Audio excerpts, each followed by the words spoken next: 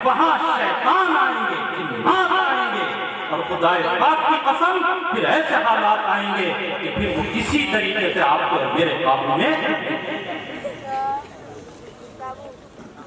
अल्लाह के नबी अलैहिस्सलातु व तस्लीम की हदीस से पहले हजरत सईद इब्नुल मुसय्यब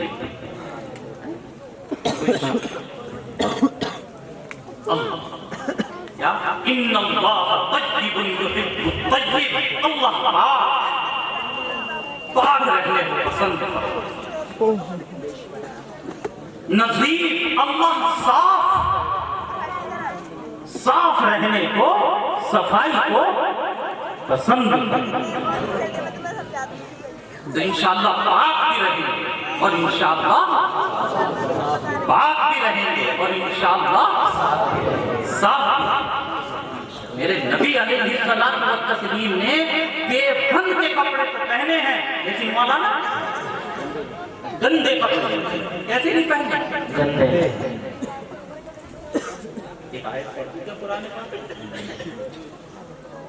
खुज़ू ज़ीनतकुम इंदा कुल्ली मस्जिद।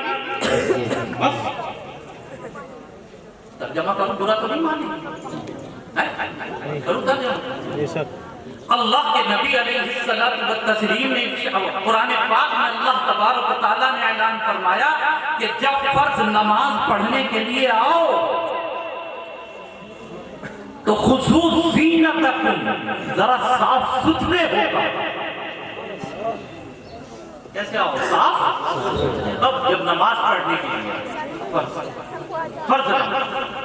और हमारे यहाँ क्या, बुरा मत मानिएगा, हमारे यहाँ ये है कि जब वलीमा खाने जाएगा तो बड़े बढ़िया कपड़े पहन कर जाएगा और जब नमाज पढ़ने आएगा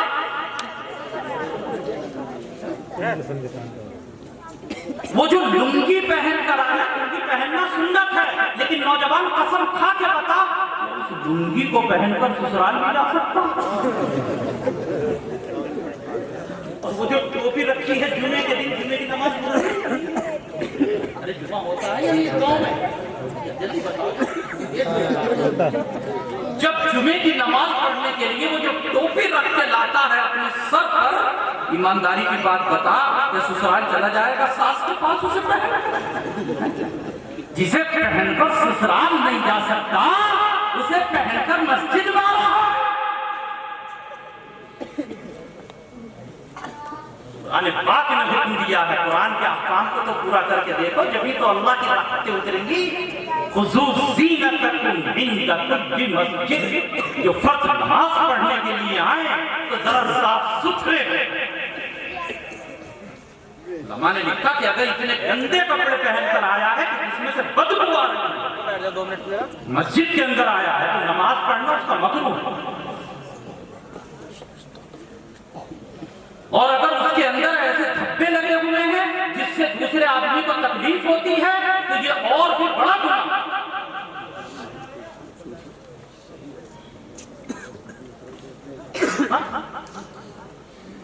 बात आदमी का होता है ना, ये धब्बे लगे हुए हैं, आकर खड़ा हो गया ऐसे बीच सफ में और दूसरा कोई आदमी खड़ा हुआ उसके कपड़े पे लग गया उसका धब्बा।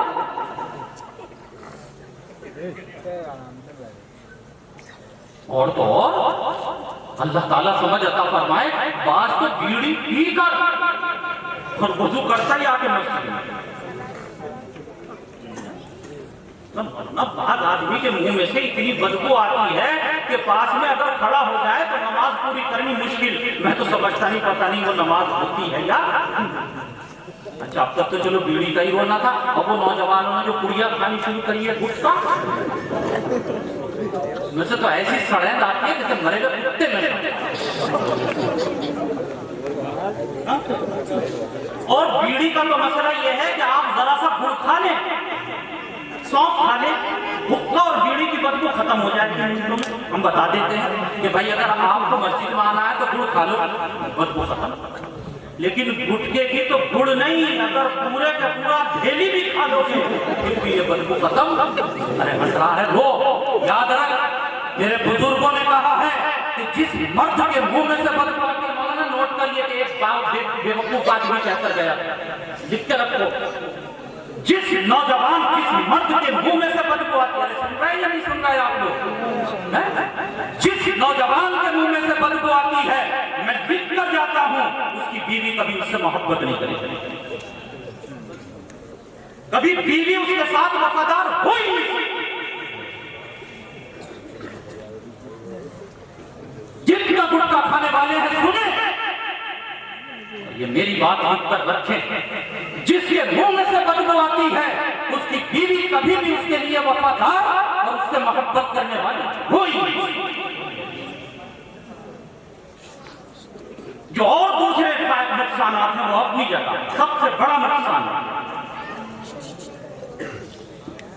सबसे बड़ा नुकसान ये है, छोटे छोटे बच्चे बिठा दिए इन्होंने सामने, वरना मैं खुलकर कहता है। और ये जो मेरी तरफ को मुंह ऐसे उठा के देख रहे हैं ना, बड़ा साहब ये यूं करते थे, समझ ये बच्चों के सामने तो फरमाया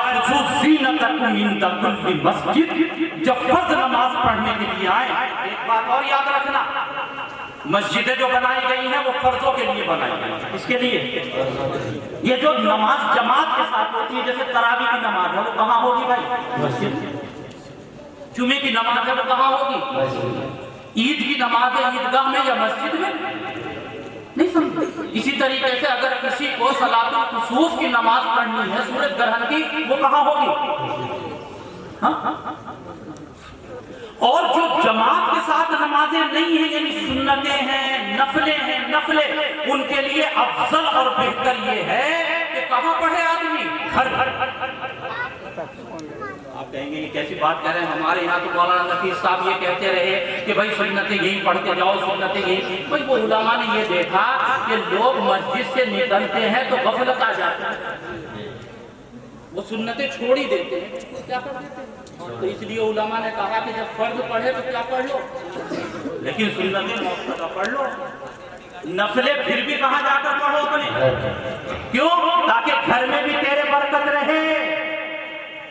फरमाया कि अपने घर को कब्र मत बनाओ, ये तो कब्र की शान होती है कि वहां नमाज नहीं पढ़ी जाती। देखो देखा रायपुर का देखा हो, किसी ने मुस्लिम को नमाज पढ़ते, ये दफना कर आए थे वहां पर नमाज पढ़ रहा था।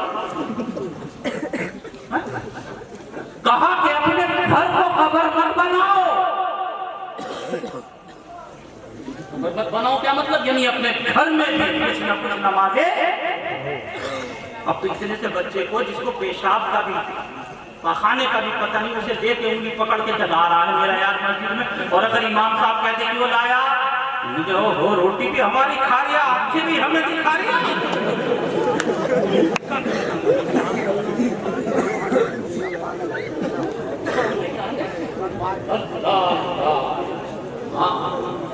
अगर लगने लगी रोटी को सब करो, इसका सफाई।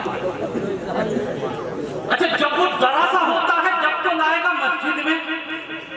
अल्लाह के नबी फरमा रहे हैं, जन्नबू मसाजिदकुम सिबियानकुम, अपने बच्चों को मस्जिद से दूर रखो। अब तो लेकर आ रहा है, जब उसे पता नहीं पेशाब किसे कहते हैं, और लोग नियत बांध के खड़े हुए और वो भागा फिर रहा है सफों में, अब दे। और जब वो हो गया 8 साल का, 9 साल का, 10 साल का, अब कहा कि इसे मस्जिद में लाओ, तो अब उसका हाथ पकड़ के कह रहे पीछे, हाथ पकड़ के कह रहे पीछे पीछे, और पीछे पीछे करते करते कहाँ भगा दिया उसे? मस्जिद से बाहर। अल्लाह तुझे समझ की तौफीक अता फरमाए। जब कहा कि मत ला, जब ला रहा है, और जब कहा लेकर आ, अब भगा रहा है।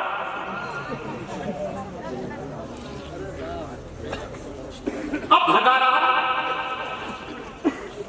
कहते क्या है मेरा नौजवान, मस्जिद में नहीं लाएंगे तो आदत कैसे पड़ेगी इमाम साहब?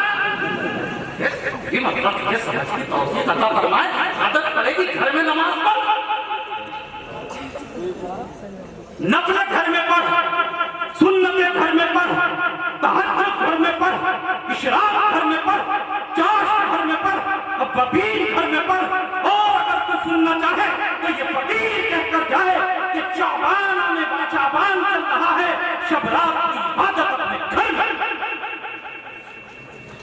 अफजल कहाँ है करना भाई? बोलो, साथ साथ तो बोलो। अब पूरी बात पढ़ेंगे, अभी बीच की कह रहे हैं। अफजल कहाँ है शब रात की इबादत? पूरी बात कहो। शब रात की अफजल घर ये कहते बाद में मौलाना ये कह गया मस्जिद में नहीं करनी चाहिए। मस्जिद में चाहिए, अफजल कहाँ? लेकिन नहीं करेगा घर में, क्यों? इसलिए घर में करेगा तो दोस्तों को पता कैसे चलेगा कि 2:30 बजे तक जागा। सुबह को तो ये कहना मुबीन कितने बजे तक जागा था भाई? यार मैं तो 2:30 बजे जागा। उन्होंने मैं तो बस अजान से 10 मिनट पहले जाके सोया।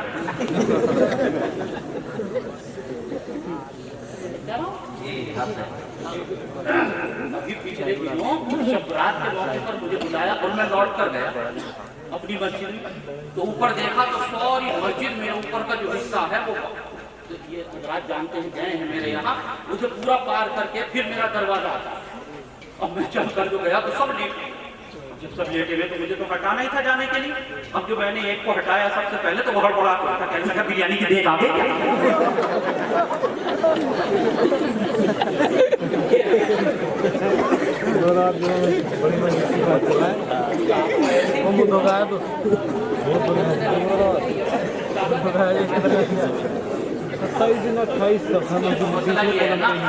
बजे के बाद बस इसीलिए तो पता क्या चला? पता ये चला कि शब रात की इबादत अफजल ये है। कहाँ करे? अब उसमें कहेंगे क्या?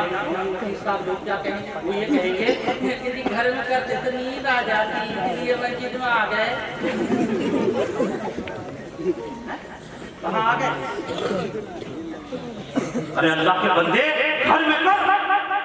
अल्लाह के यहाँ ये नहीं देखा जाता कि कितने सजदे किए, वहां तो ये देखा जाता है कि किस इखलास से। आमाल गिने नहीं जाएंगे क़यामत के दिन। असल में फिक्र बदल गई। फिक्र ये बदल गई कि शब रात में जागना है। नहीं, जागना नहीं, क्या फिक्र बनानी चाहिए कि इस रात को बनाना है। क्या फिक्र होनी चाहिए भाई? अब बनाएंगे कैसे? बनाएंगे नमाजें पढ़ के, बनाएंगे जिक्र करके, बनाएंगे अल्लाह करके, बनाएंगे नमाजें पढ़ के, ये तो बनेगी ये रात। लेकिन ये तो फिक्र ही नहीं। फिक्र क्या बैठ गए मेरे जवान की? रात को जागना है तो जागेगा कैसे? मोटरसाइकिल भगा, जागेगा कैसे? गुटखा खा, जागेगा कैसे? चाय पी, जागेगा कैसे? टोली के साथ, जागेगा कैसे? हाय हुल्ला कर। जैसी फिक्र वैसे पहले फिक्र बनती है, तो फिक्र बदलो कि इस रात को जागना है इंसान का। कुछ भी कर लो,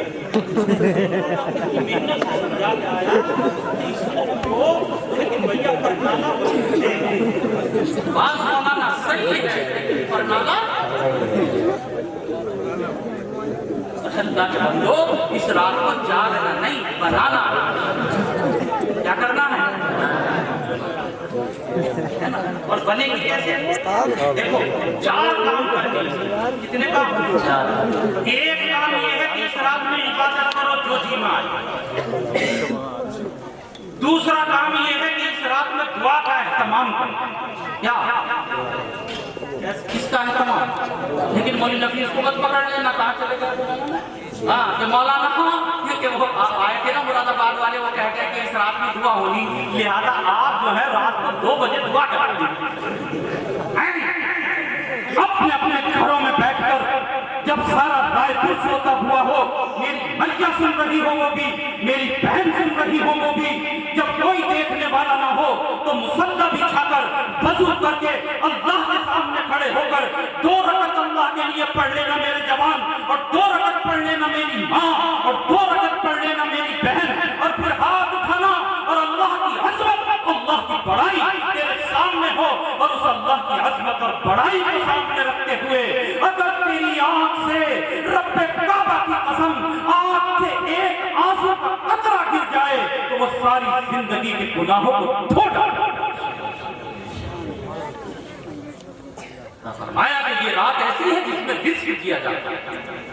ये रात ऐसी है जिसमें रिस्क के फैसले होते हैं, औलाद के फैसले होते हैं। तमाम डॉक्टरों के पास आप